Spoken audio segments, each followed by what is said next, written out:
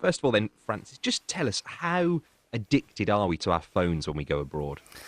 Well, it's funny, this survey that we did at Jules Verne was really trying to target more our customer profile, but we did it nationwide and we did all ages. And one of the key figures that came out was that 37% of people would pick their phone to take on holiday over items such as a book or sunscreen, which you think fair enough, but also rather than their partner or a friend or family member.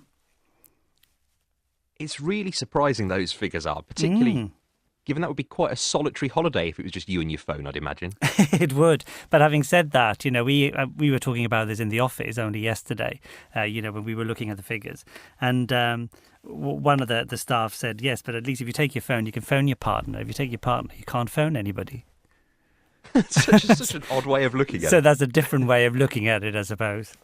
It's very true. But from first-hand experience, though, I was away recently and left my phone in the hotel room the whole time we were there. But then you find you want to take photos, and I don't take a camera, so you want to get your phone out, or you want to get on TripAdvisor and find some nice places to eat. Technology sort of drives you towards it, doesn't it? It does, and we all need technology. We can't live without it now. We're too committed to it to some extent. But what we are trying to put across is the fact that by all means use technology. Check before you go out for places to eat if that's the way you want to work it. Use it to take pictures.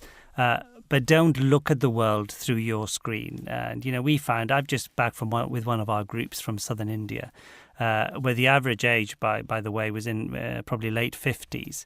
And I was amazed at how many people were actually looking at the sites through their tablet screen rather than enjoying the moment. So what we are trying to get across is, yes, use technology, take your tablet or phone out, take a photograph, but then put it away and just experience the moment while you're there.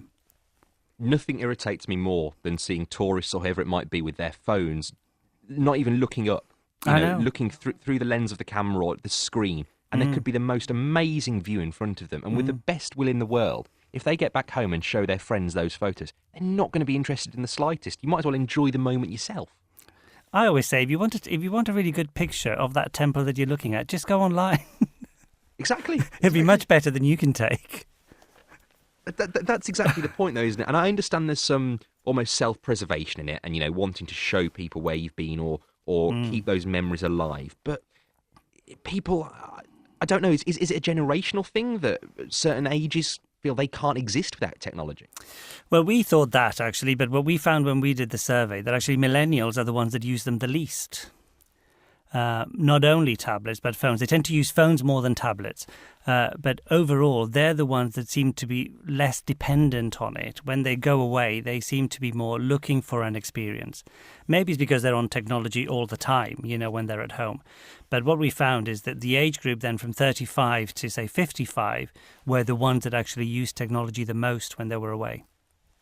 I was in Mallorca last year, and I can remember sitting in a bar, and we were looking round. My wife and I were the only couple not on our phones. Everyone else was either taking selfies to put presumably on Instagram or whatever, or just idly scrolling through. And I mean, we've been that couple, we've done that ourselves. But it was just interesting looking at how little everyone else seemed to be enjoying themselves or talking to each other. Exactly. About the experience. We had this, I'm not long back. I went to my wife to Marrakesh, and we had a wander, through the souk, as you do. And I couldn't believe how many people were looking at their phones to find a map through it. And I just felt like saying, just get lost. You'll only be lost an hour. You'll find your way out. And you find out much more about places as well when you are a little bit lost. You see things off the beaten track. It's more exciting, surely. Yeah, definitely. And in a way, that's what we're trying to get across. Our company's named after Jules Verne. The travel writer, if you will, around the world in 80 days. And what we want to do is get people to enjoy the moment. That's why they book their holidays or book travel, is really to experience it. So yes, you need technology. We all do. But just use it sparingly when you're away. What tips or ways are there that you can sort of encourage people to put their phones down or leave them in the hotel room when they're on holiday? Well, I find generally, especially if there's a few of you travelling, then just nominate one person to take the pictures. because you can all share them anyway at the end of the day. So only one person needs to take the technology, and you could alternate days. So therefore, 2 days, if you will, one or two of you that are out don't have technology, and you can just experience and enjoy the time that you're out there and give the responsibility to one person. But for me, for example, and I'm as guilty of this, as anybody else, I use it more for work emails. But I've been able to discipline myself. When I go away, I just check them in the morning. And then I put the tablet back in the hotel safe, and I don't take it out until the following morning. And it's hard at first, but after the first couple of days, God, you don't feel the benefit. And do you know, one of the most liberating things I think I've ever done was I went on holiday once and I deleted my work email folder from my phone. Yeah. And it was brilliant because it just takes all the stress and worry out of things. I've had a colleague actually that did that, and she said the same. She said she just switched, just unticked it, if you will. And then she thought, I'll deal with it when I get back. And she was a bit braver than me, I must admit.